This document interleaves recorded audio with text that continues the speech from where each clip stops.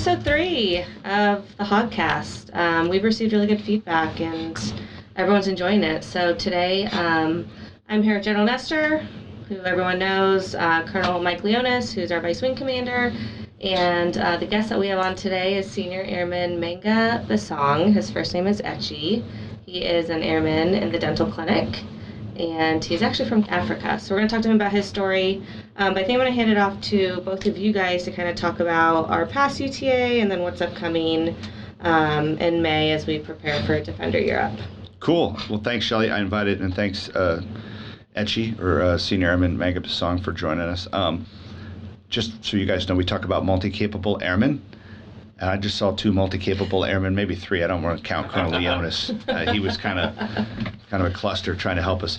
We went to our studio over at the facility over there. What's the name of that facility? The Life Center. Is it the Life Center? The Life Center.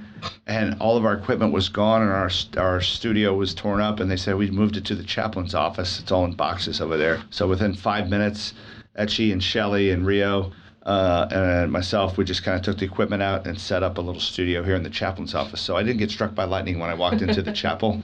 But it's a sign, sir. It's a sign. Yeah, we're working out of the chaplain's office. I wish my friend Tango was here. I could interview him. He's an atheist, and we have an interesting conversation about his background and religion. But anyway, thanks for setting it up, and we're going to get our 3rd podcast underway. Nasty time. So we're just coming off. This is day 4 of a 4-day UTA.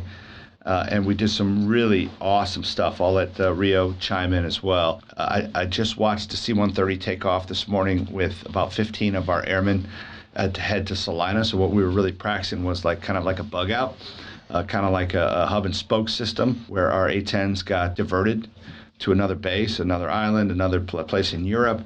And they were flying, and they got diverted over to Salina, and then they had to get bombs, bullets, and fuel over there from the 130. And then come back here. So that's kind of what we were practicing today. But all of our squadrons did some really cool training in this 4-day UTA, starting with security forces. They have been over in Salina for the last 3 or 4 days, using a facility over there by Smoky Hill Range, doing some live weapons training that they can't do here. And then they did some building clearing and some training they just can't get here out there. We got some good videos that we're going to put on Facebook, and you can kind of watch what they do. If anybody saw the terrible incident down in Nashville, and the professionalism of those policemen that went into that school and cleared that school out. And I think they got into that building and got that shooter then inside of 6 minutes. But I watched it. It was on YouTube. That goes to show you the professional training that those guys had, and that's kind of what our security forces guys were doing this weekend. Our CE guys were down at Cannon Range in some mop gear yesterday, and they got some low A-10 flybys and got to see the gun shoot, as well as our chaplains were down there. Chaplain Simon, who's retiring next month. First time all 3 of those guys had seen the A-10 shoot, and they got quite a treat, and I think it kind of scared them a little bit. So they got to see that, and the CE guys loved that. Our LRS guys, I was over there giving some awards out. They did some really cool TCCC training, and they got some rodeo ATSO training this weekend as well. Maintenance, awesome stuff with the Surge. I think we've flown, Rio? I think we 21 of 22 on Sunday, and 22 sorties yesterday, another 22, I think, today. So a lot of the pilots, we wanted to get what we call CMR, combat mission ready, before we go to Europe.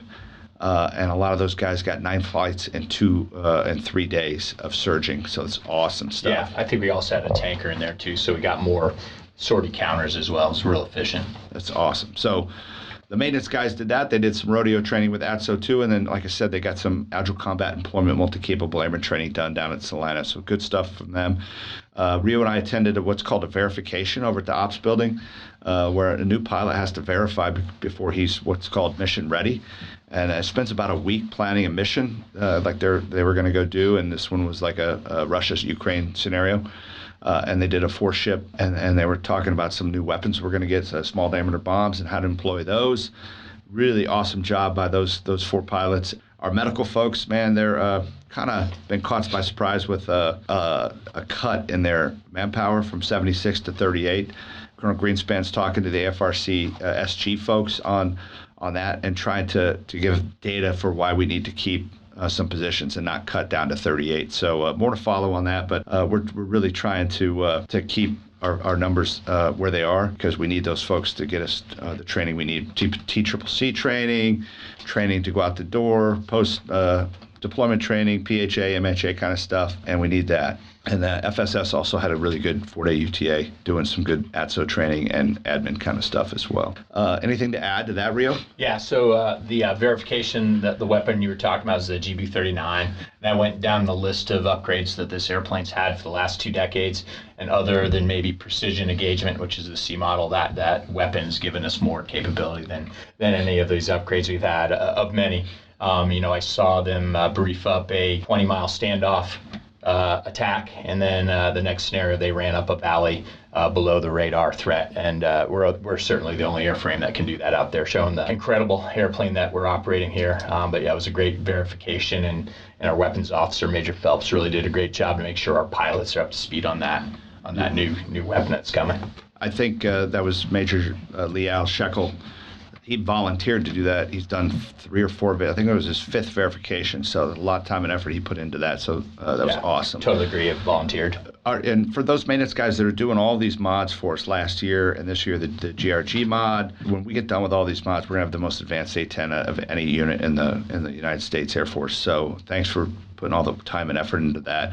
And we never know how much longer we're going to need this aircraft and its life expectancy. So we want to have the top A-10 as far as all the modifications and upgrades we can get. So some other stuff that happened this weekend, our Yellow Ribbon coordinator, Eric Harris, who made Chief, congrats. I went over to their ceremony. Chief Calhoun from Munitions, 32 years here, been on every deployment we've had.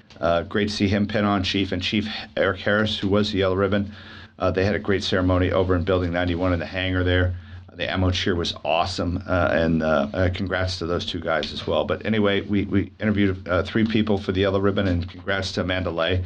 She's going to be our new Yellow Ribbon. Amanda's currently the Security Forces First Sergeant, and she also worked over in maintenance as scheduling. She's still going to do the First Sergeant job, and she's still going to help out in scheduling, and she's going to be our 442nd Yellow Ribbon coordinator. So it's 2 years of orders, and congrats to her. Our DTNF is going to turn over as well. I think Jess Cable runs that, and she's going to go to a different job, and we're going to interview for that in May. Chief Berrien's going to put an email out this week. So if you're interested in doing that, DTNF, what Etchi went through is kind of an introduction to the 442nd before you go to basic training. You come out and learn customs and courtesies. We're going to try to start taking those folks to the range to watch the A-10, kind of get them integrated into what we do here before they go to basic training. So they have an understanding of what they're getting into. Most of the kids are fresh out of high school. Some, in Etchi's case, were 31, 32 years old. But whatever the case, we want to make them feel like they're part of something before they go off to basic training. And then 2 other retirements that we had that were awesome. And Lieutenant Colonel Sims had a really good Affinity flight retirement. He pulled his jet up to Building 91, hopped out, a lot of family and friends there, and a huge hailstorm, I think, that damaged a crap ton full of cars, and the unit hit. Luckily, they got the A-10 moved, and we had a good retirement. Lieutenant Colonel McConnell gave a great speech there. I want you guys out there to kind of listen to this story about these 2 folks, Lieutenant Colonel Sims and Lieutenant Colonel Sauer, because like I said the other day, these are self-made individuals, kind of like Etchi, who we're going to talk to today. And I don't feel like I'm not that self-made. I'm self-made in a way, because when I had an opportunity, I made it work, right? But these people went out and got their own opportunity. So Lieutenant Colonel Sims starts out as an A-10 weapons loader up in Wisconsin. They switched because all he wanted to do was fly A-10s. They switch over to the F-16s. He loads weapons on those. And then he gets hired by Trans-States Airlines and goes down to St. Louis as an F-15C weapons loader, and then gets hired by us, the A-10 unit here in Kansas City. So a 32-year career, tons of combat deployments, tons of hard work, and a great job. So congrats to Colonel Sims. We'll miss him and his hard work tremendously. He was a commander here of the OSS, did great stuff for the range down at Cannon, and just almost an irreplaceable guy. And then Lieutenant Colonel Val Soar, her retirement is April 15th. We gave her a going away. Another awesome story. It's in the Air Force in Arizona as a boomer, a person that sits in the back of a refueling plane and refuels as a boom operator, right? Gets her degree, gets some flying time, and gets hired by Grissom as a Air Reserve tanker pilot at Grissom Air Force Base. has some interest in flying the A-10 back in, I think, 2001, 2002 timeframe, 23 years ago. Comes over here, gets hired by us. I think, if I'm not mistaken, she was the first female fighter pilot in 10th Air Force in the Air Force Reserves. So what a cool story. Went to combat with us 4 times. Really did some good stuff over in Iraq and Afghanistan for the 303rd Fighter Squadron, and has worked out of the command post. And Rio's going to share a really cool combat story he had with Lieutenant Colonel Sauer. Yeah, back to Deuce. He also was the initial projo for Patriot Fury, and kind of passed that off to us in good shape. But yeah, Val, or Lieutenant Colonel Sauer, people know her as Val, as the command post OIC, but a lot of people don't know her as Bush, the A-10 fighter pilot. And how'd she get the call sign Bush? I think she shot a Bush in the Arizona desert with a Maverick, thus the call sign. So instead of a tank, she hit a Bush with a Maverick missile on a live shot, and so we called her Bush. Yeah, so that was her nickname. That was her nickname. So in 2008, we were deployed to Bagram, and Val, or Bush, had a check ride due. We normally didn't do check rides in combat, but our squadron does those. So we went out. I was her check pilot on the wing, and she led a combat sortie in the basically south of the Coast Bowl, which is in kind of central west Afghanistan. It was kind of an uneventful sortie at first. We were overwatching a FOB that was getting mortared throughout the week, and they kind of had an idea where it was coming from. And over there for probably 30 minutes to an hour, and all of a sudden she starts chiming in that she sees a poo launch, and I when I got my eyes on it, I couldn't believe that she picked it up, because it was a very, very narrow, thin launch of smoke coming out of the woods, kind of out in the middle of nowhere. But she picked it up, and that event started an engagement where we ended up unloading the A-10. So multiple bombs, GBU-12, full loaded gun, and Etchi rockets all in this area here. And I've unloaded my gun, or unloaded the jet only one other time with that. I remember she just came on point and just took charge and was exceptional. I gave her obviously passed the check ride, but I gave her a commendable for flight leadership, which is something I don't throw out very, very lightly, but she handled it real well. Now remember, one of her gun passes was along a ridge line, and she turned the stabilization system off and probably ran at least 300 bullets along the ridge line, just tearing up where these Taliban combatants were coming from. So quite a memory. I remember about 5 sorties in my combat history, and that's one of them.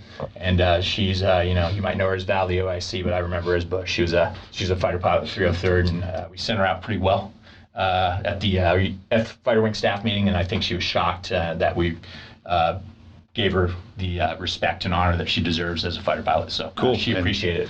Thanks to Lee Sausage for making that awesome plaque for her. That was really cool. Awesome. And for Deuce. Both of them were awesome. Yep.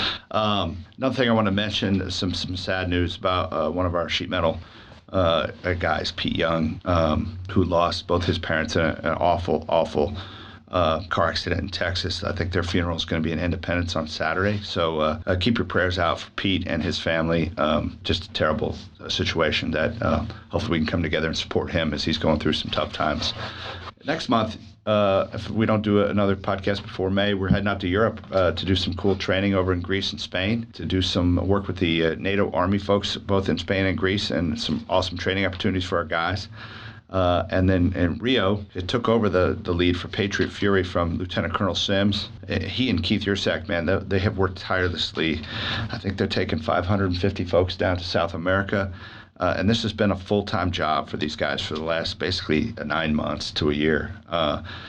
Something that the Air Force Reserves has never done, leading that many people in a MAGCOM type push to South America. What an exceptional job they're doing. And why don't you give us an update on what you guys are doing for Patriot Fury, Rio? Yeah, so 550 reservists. It's we'll think of it as every NAF in the reserve is going. So it's an AFRIC-sourced and led deployment down into South America. 22nd Air Force, 4th Air Force, and 10th Air Force. Our component in the 442nd Wing is about 70 packs. Most of them are out of the support group, but we have some pros out of the ops group, and maintenance group, and then we've taken 16 members from Moody down there, specifically the FARP team, and they're getting spun up to do FARP with C-130s down there. Yeah, it has kind of been a full-time job. It kind of goes in waves. Right now we're at an apex of a wave because on Friday, our main location, Ecuador, basically canceled on us. So we, with about 3 months ago, revectored the entire exercise into Peru. And why are we doing this? You know, obviously to show that Africa can source and lead and deploy an Africa-only unit. But we're partnering with the South Americans. But it's basically anti-China and anti-Russia. You know, if you look at the weapon systems that these countries have, we're going to go down there and we're going to forward air control FAC Su-25s from Peru. And if you look on the news every day, Ukraine is flying Su-25s, Soviet era aircraft, and then the base we're going to, the new base in Peru, you know, they have what airplanes do they have at the front gate? There's a Mirage, but they have an SA-2 missile system sitting at the front of the gates to greet us as we show up there. But yeah, it's been very challenging, and you know, I'm trying to motivate people as we go through all these hurdles and changes, and you know, part of the pain and part of the training is the planning. So yeah, Keith Yersak has been key. And we have a couple other key guys that are playing from here. Our Force Protection Pro, our cops are the lead, our Persco guys are the lead, and we're just showing the strength of the 442nd among a really strong AFRIC showing. So hopefully we figure this out going down there in a couple weeks to Peru to walk around and see these places, and hopefully in July we'll execute and make AFRIC proud. Never has the Air Force, not only active duty, but AFRIC has done this, kind of gone to these austere bases without the support of, you know, hey, we're going to war, the war prep machine going into these bases before us. We're going into this airfields that are just not ready for us, and we're going to make it happen. So that's Patriot Fury. Awesome, thanks. Yeah. Before we get to Etchi, one more thing. I ran into, I was just going to building. I got back from Colonel Sims' retirement, and this airman was going in, and I recognized him as crew chief, but Evan Drake was his name, and he had just had a long drive from K-State. He's a sophomore at K-State. I'm like, what are you studying? I'm pilot program, ROTC.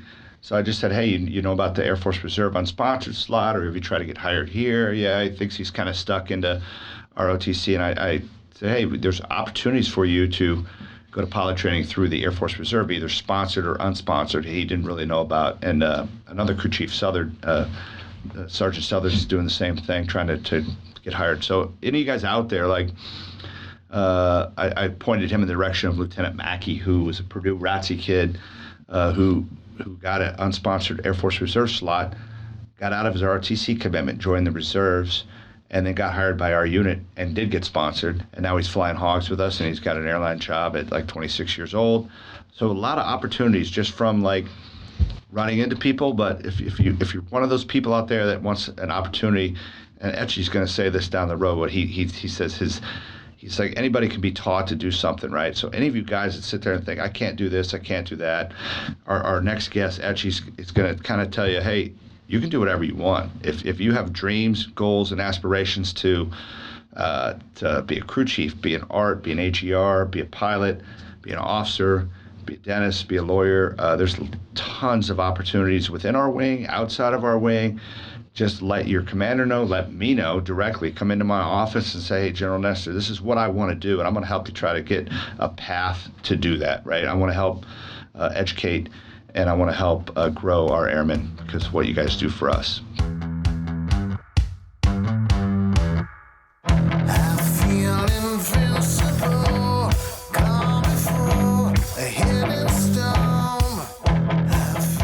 Why don't you introduce Etchi, Shelley? Yeah, so I think Chief Master Sergeant Berrien and I met you, it had been last November.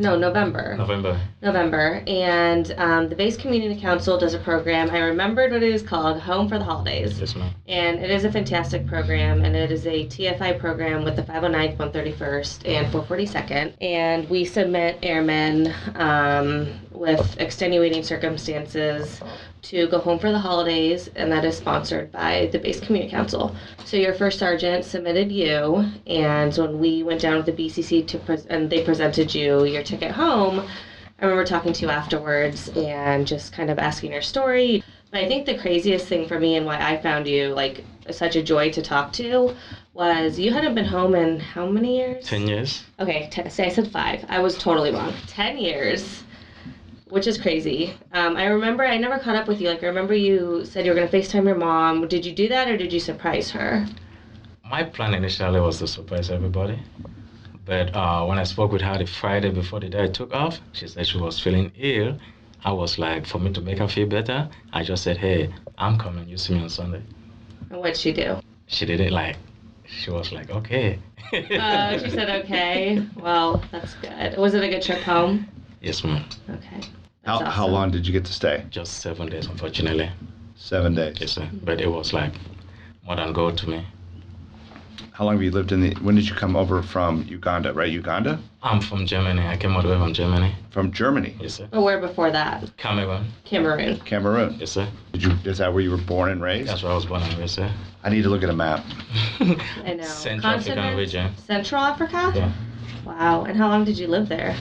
I lived up to the age of 26. That is wild to me. How old are you right now? 37.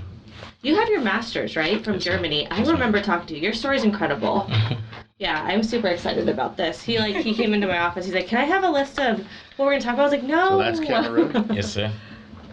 Isn't that crazy? How old were you when you moved from Cameroon to Germany? I was 26, sir. And where'd you go in Germany? Bremen.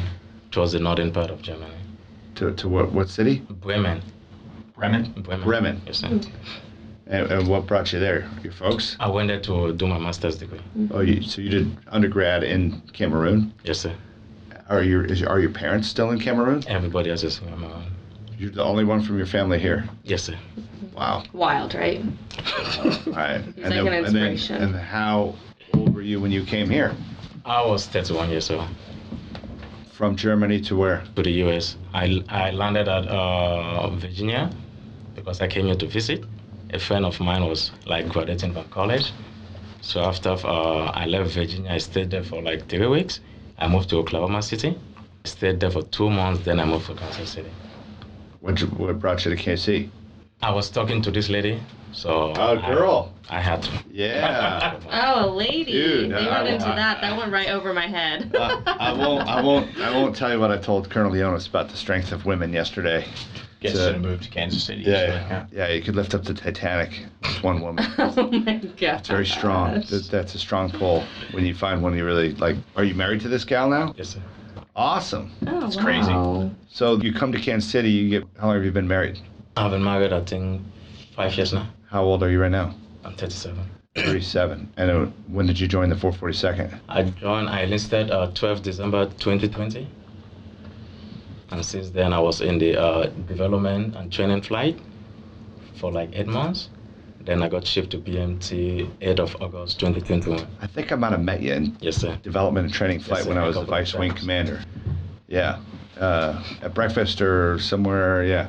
So, what are you doing in MDS? You're Dental assistant? dental assistant. Yes, Is sir. that what you do on the civilian side? No, sir. I work with Honeywell currently. Honeywell? Yes, sir. Yeah, you and everybody else. Honeywell's taking all of our employees. What do you do at Honeywell? I'm like an operator. He knows what we do. I do. No, I don't. Are you, Is it like secret squirrel stuff? Yes. I say, isn't the term you make non-nuclear parts for That is it. nuclear weapons? That's it. Gotcha. That's an operator. Yes, sir. What's your master's degree in? Geology. Geology. Yes, sir. You got a master's in geology, but you're working as an operator for Honeywell, and you're working here as a dental assistant. Yes, sir. How'd you learn all this stuff? I'm smart, but I'm not that too smart. So I just believe something that somebody can be trained to do, I can also do the same thing. That's my concept.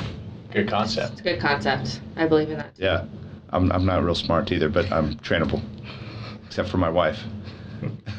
She's still trying to train me. Yeah. Awesome. Yeah, that's a very emotional story for me. Yes. I couldn't imagine that, and I think when I talk to my airmen and when I look at my life, you just kind of realize how fortunate we are, and you've like really created your own path. So we'll kind of So like I into always that. say, like live in gratitude, right? You live in gratitude. You're great. Seem like you're grateful for the opportunities you've had. Tell me about growing up in Cameroon, what that was like. I come from a family of 7. I'm the last. And before I was born, my father, he was like, quit his job. And he was doing like a homemade soap. Then he would produce the soap, then my mother could sell in the market. We were poor, but not too poor, because I would say every day we have like 3-course meal. Then we have like enough money to go to school. So when I finished elementary school and I went to secondary, because with us it's different. Yeah, you people have like grade this and grade that. With us it's elementary, secondary, high school, and college. So at some point we were like 3 of us or so in secondary school. Every week we had a certain amount of money, like enough amount of money to pay for transportation, to feed every day in school throughout the academic year. So you had to pay for the school? Yes, sir. It wasn't that expensive. It's like $100 an academic year. But at some point in high school, I went to like the dormitory for 1 year, which cost like $1,000. That's where a Catholic dormitory. So I really appreciate everything my parents did for me so far, the sacrifices they made for me to be who I am today. I will live like gratitude to them all the day of my life. And out of the 7 siblings, are you the oldest? Where do you fall into that? I'm the last. You're the youngest? Yes, sir. And how much education do your older siblings have? My elder brother, he also had a master's degree, studied in Germany. I did mechanical engineering. He was the one that also sent me over for my master's. I have 3 other sisters. 2 of them, they have, one of them had master's, then one of them got just a high school diploma, and the other got a college degree. As far as my other brother, he had just a high school diploma. And do all your siblings still live in Africa? 5 of them are in Africa. My other sister, she's in Paris with the family. She married, she got 3 kids. She lives in France with the husband. In France, in Paris. Awesome. So you finished high school, and you're going to go to the university in Cameroon? Yes, sir. And what was the name of that university? University of Boya. Boya. Yes, sir. It's found in the south, they call it the southwest province or the southwest state. It's one of like an English-speaking university. Is it this one right here? Boya, B-U-E-A? Yeah, on the Yes, coast sir. there? Yeah. Yes, sir. Beach town? That's the name of the town, Boya. So I did 4 years. I applied initially for biochemistry, but unfortunately my name came out of the list for those selected to do geology. I never did geology in high school. I didn't know nothing about geology. So at some point I was really lost, but then I put in my interest, and fortunately for me, I was able to graduate at the right time. Where did you get your smarts from, your mom or your dad? Or both? I would say from my father's side of the family. I'm going to tell your mom. This town doesn't look that big for No, university. It's kind of small. It's very small. Yeah. Yeah. So we're saying you were born in Cameroon, you were there until you were 26. Yes, got ma'am. your bachelor's in geology. Yes, ma'am. So were you working after college in Cameroon? No, sir. It's not like it's this way where after you leave college, you get a job. Tiny. Yeah. Tiny college. Yes, sir. Yeah. It's like, it's very difficult getting a job. You have like, I would say, to be honest with you guys, you have like more than 1 million graduates with degree, jobless. Oh, wow. 1 million people with college degrees, they're jobless. Yes, sir. Wow. So you decided, hey, I need to go do a master's and I want to go to Germany. Did your brother kind of encourage you to do that? I had the wish, but there have to be financial opportunities for me to do that. So my family put together all what they could have and sent me over. That was one of the push factor, because at some point in my study, I was like, I don't want to do this anymore. But when I look back, the sacrifices, the investment they put in me, I'm like, I owe them something. And for me to make them to be proud is for me to accomplish what they sent me to do. Awesome. So you get to Germany. Where are you living in Germany? The name of the town again? I was in Berlin for a year. I was doing one environmental and resource management program. I didn't really like it. So I was like, I want to do something that will be much more comfortable, something with, at the end of the day, I would likely have a job. So I applied to University of Bremen. Bremen? They offer more of like geoscience courses, like the study of oil and gas. Yeah. Colonel Leonas is pulling up so a I'm map just looking and at showing the map. us. So it's Looking at your life it's a right now. great northwestern university. Germany. Yes, sir. Pretty close to Hamburg. Amsterdam. Yes. It's Yeah. like 2-3 hours from Amsterdam. Yeah. Close to Hamburg. Close Then to it's the ocean. same also like 2-3 hours to Denmark as well. Oh, cool. Close to the North Sea also. Yeah. Yeah. So Wow. it's a Very big university. Big. Very big university. So you're studying like oil and gas production there. Yes, sir. My main focus was seismicity. Let's say, for instance, the whole of White Man Air Force Base is like covered with water, and they'd be like, okay, we don't know if there is oil and gas in it. We need to do a geophysical survey. What I specialize in, I will be those crew to get into the ship, run seismic signals all the way to the sea floor, get back the signal, process it, then I can tell if there is gas somewhere or if there is oil somewhere. That's what I initially started. Should be working for Shell. I know. Unfortunately, sir. Yeah. Shell Oil Company. Wow. Is there oil in Cameroon? Is there an Yes, oil sir. industry there? Yes, sir. Huh. You have a lot of foreign, like American companies over there. You have ExxonMobil is there. You have a couple of them, Total. Yeah. All right. So you finish up in Germany, and what made you come to the United States? My plan was to finish school, work for a year, then go visit my parents back home. But then I got this call from a friend of mine who says, hey, I'll be graduating from college. Can you please come to my graduation? I'm like, okay, cool. I'll see what I can do. So I came here May 7th, 2017 in Virginia. I stayed there for 3 weeks. Then in Oklahoma City, I have a lot of friends that we grew up together in the same neighborhood. So they were like, hey, come over this way. It will be better for you. People Like, from Cameroon? yes, sir. In Like, Oklahoma City. the same neighborhood, a lot of them. So you go to Oak City and meet up with your old friends from your neighborhood. Yes, sir. I stayed That's there crazy. for like 2 months. Then I get to see like the opportunity. I didn't know nothing literally about the US, because every time somebody kind of tell me something like, have you ever considered to go live in the US? I'm like, hell no. They say why? I say, I don't know, but I just love to live in Europe. I don't know where I had the concept, but when I came here, I saw the opportunities that lies in this country. Then I kind of asked myself like, okay, everywhere I go, they speak English. In Germany, you need to be excellently fluent in German to be able to get a good job. There's a reason that people are coming across the border in droves for the opportunities here, right? Yes, sir. That's why I get upset when people complain about the country, and I'm like, I travel to China, I travel to Japan, I travel to Korea, to Europe. I don't see people lining up to go to those countries, right? There's a reason people want to come into this country, and you tell a good story about why. So tell me about this girl you met down in Oklahoma City. I got a link from somebody, so I got a number. We started talking. My intention was to like, let me just keep the communication at some point. Then at some point it was like, okay, you better move down here so you get to see her and her family and stuff like that. So when I got here, the family, they really loved me. They really respected me.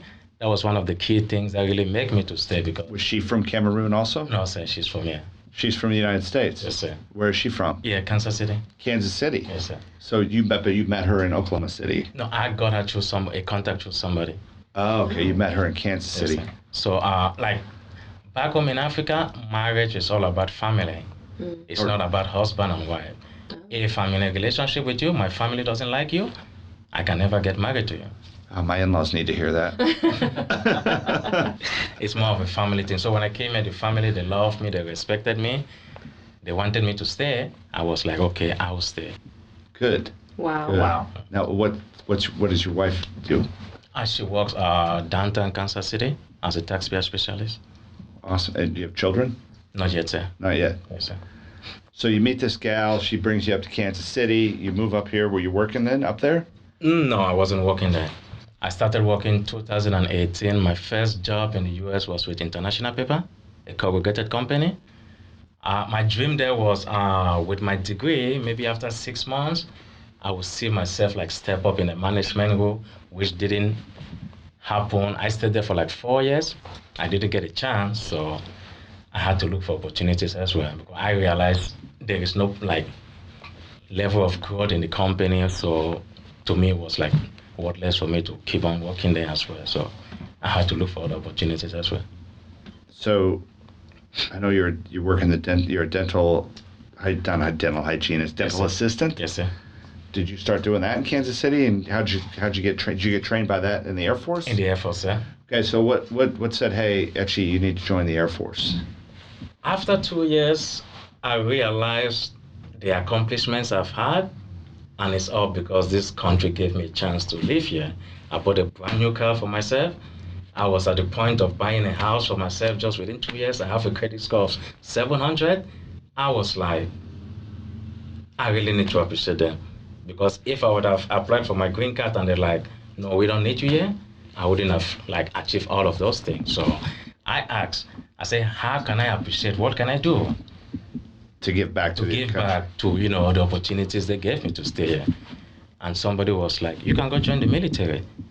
I said, no, I don't want to do full time. I said, because I've traveled, I've lived in Africa, I've lived in the European continent. Now I'm now in the US. I don't want something where they will keep moving me to other countries. I said, I don't want to be traveling no more. And somebody was like, no, you can do part time. I said, they have part time? He says, yes. I said, okay, I will check into it. So I did my search. And when I called the reserve line, the first question they asked was, are you a US citizen? I said, no. I'm a green card holder, permanent resident. So when your green card expire, when I told them, they said it's less than 6 months. Call us when you have your 10 years. I was like, okay, sir, I'll do just that. So immediately I got my 10 years, I called them, and they gave me the number of a recruiter. I was like, okay, I'll call him the next day. 5 minutes afterwards, I got a call from my phone. Did you say 10 years or 2 years? With the green card system, with immigration, you get like 2 years residency. Okay. Then after the 2 years After residency, 2 years. you get 10 years residency. Okay, so you had 10 years residency. Now you can apply for the reserves. Yes, sir. And somebody put you in contact with the 442nd recruiters? I just got it. They gave me the number. I was like, I'll call the next day. Just 5 minutes afterwards, my phone was ringing. This is Sergeant Gomez with the Air Force. I'm like, Good for him. yes, sir. It wasn't Thames, it was Gomez? Yes, sir. You know Thames, our recruiter here? Yes, sir. Yeah. So I went to his office in Independence, and he explained everything to my understanding, and he was really helpful. He was really Yeah, what you have a master's degree, obviously a tech master. Did they try to get you into something like that, or did they just give you a whole slew of options and you chose dental? When I joined, I wasn't a U.S. citizen at that point, so my options were limited. So he wanted me to do civil engineering. I said, I'm not comfortable doing civil engineering. My intent was to do something related to IT, but I need to be a U.S. citizen for me to be able to apply for something like that. So his words were, look for anything temporary. When you get in, anytime, you can switch your course stream to something. Sure. Yeah. Yeah, you could. So how did they tell you you're going to do dental, or you choose that? No, they told me that I have to. He was like, look for something temporary. I said, okay, I will go with dental. God bless you. I hope you don't have to do my teeth someday. Did you have to take the ASVAB? Yes, ma'am. Okay. My AVA score was 72. Oh, that's really good. So, Okay. I think you picked a good career field. yes, ma'am. Yeah. My future with the Air Force is to be here for as much as possible. So are you still working for International Paper? No, sir, currently I work with Honeywell. Honeywell. Oh, for Honeywell. Yeah, Okay. you forgot that on purpose. Honeywell. Womp womp. I'm not going to tell you what. He's an operator for Honeywell. Honeywell's stealing all of our people, including Etchi. You like working for Honeywell? It's a nice place. I got told by a couple of people that with my master's degree, I have a lot of opportunities. I was going to say, like, here's what I want. I want you to be a vice president of Shell Oil Company. And I think you could. I'm not kidding you. Like, with your story, with your degree, join the military. I want to help you become an officer if that's what you want to do. You got a degree, deserving airman. You know what that is? Yes, sir. And I want to send you on your way. I want to get you connected with James Elliott and Charlie Tetrick up in Kansas City. They got connections all over Kansas City with businesses. They would love your story, and they would love your education and help you do resumes, and the opportunities for you are endless. Yeah. Like, They really are. endless what you could do in this country. And I want to help you do that. Thank you so much, sir. I I'm think looking forward to it. the theme that he also brings to the table is he doesn't let an opportunity pass. You take it and you go and get those opportunities and try things out, and if it's not working out, you go get another. That's awesome. That's the I can say the training I got from my dad. He tells me every time, life is not easy, but you have to be ready for it. And if there's something that somebody can be taught to do, if you put your interest in it, you can also do the same thing. Kind of like the same thing Val and Deuce did. Exactly. That's Yeah. what you told us before. You're like, hey, I could be trained to do anything. Yes. So we talk about multi-capable airmen, right? Yes. And you folks out there, you listening, we can train you to do, if you're a security forces, we can train you to put an AIM-9 on an or a small diameter bomb load. We could train you to do other things, and he's a prime example of that. So, wow, hopefully that'll inspire some young kids out there that have been going, I have a tough life. I grew up here. I got free high school, free college, or all the opportunities these kids have in the 442nd. Yes, sir. With the post 9/11 GI Bill, with tuition assistance, Scholarships. they can do whatever they want. That's true. And I don't think some of them realize that, right? But when you get the opportunity and somebody says you need to train to be an oil and gas guy, you need to train to be a geologist, you need to train to be dental hygienist, you need to bust your ass and go do that. And that's kind of what you've done. That's really awesome. impressive. I remember that women's leadership panel I spoke on. I always say, like, you know, without us realizing it, like, we won the lottery when we were born in the United States of America. The fact that, like, you had to pay for elementary school and middle school and high school is, you know, something that is just granted to us. And, you know, I think when we hear your story, you know, it's inspiring, it's encouraging, and we all deal with hardship and, you know, hard times, but you have another level of resilience that I think we don't see often. So Cool. Well, listen, I don't know if we'll be able to do another Home for the Holidays ticket for you, but I'm a Delta pilot. I get some buddy passes. So I'll offer you a buddy pass to go home. It'll cost you a little bit of money, but I don't know that we fly to Cameroon. We do fly to Paris. You can go see your sister. That would be nice, sir. We fly nonstop to Paris from Detroit, Atlanta, Minneapolis. I'll hook you up with a buddy pass. You can go see your sister sometime. Thank you so much, sir. All right. Thank you. Cool. Anything else you want to share with folks out there from our wing about your story or what you learned from it? Give us a little parting inspiration. I just want to say to all those listening out there, to be honest with you, the opportunities are there. Like the general said earlier, you have every opportunity. If you want to go to school, you can go to school. If you want to become anything you wish for, the 442nd is there to give you that training you need. If you don't have like a mentor or you are confused, come forward, look for a recruiter, and they will channel you the same way I was channeled, and you will get to the right source and get to where you want to be in this life.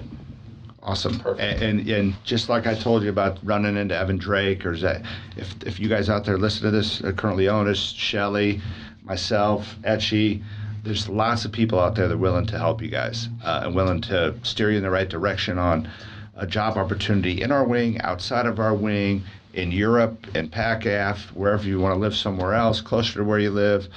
Yeah, we want to help you guys out. All right, that's part of taking care of people, and that's kind of what top priority is, right? Yeah, absolutely. Awesome story, Etchi. Yeah, Thank you, sir. Incredible. All right. that's Awesome. it. Stay Thanks, Shelley. tuned. What are we going to call this episode? I don't know. You know, Etchi. Bob, we should. Call it Etchi. Yeah, we may. We may just name it after you. You have an awesome story. It's incredible.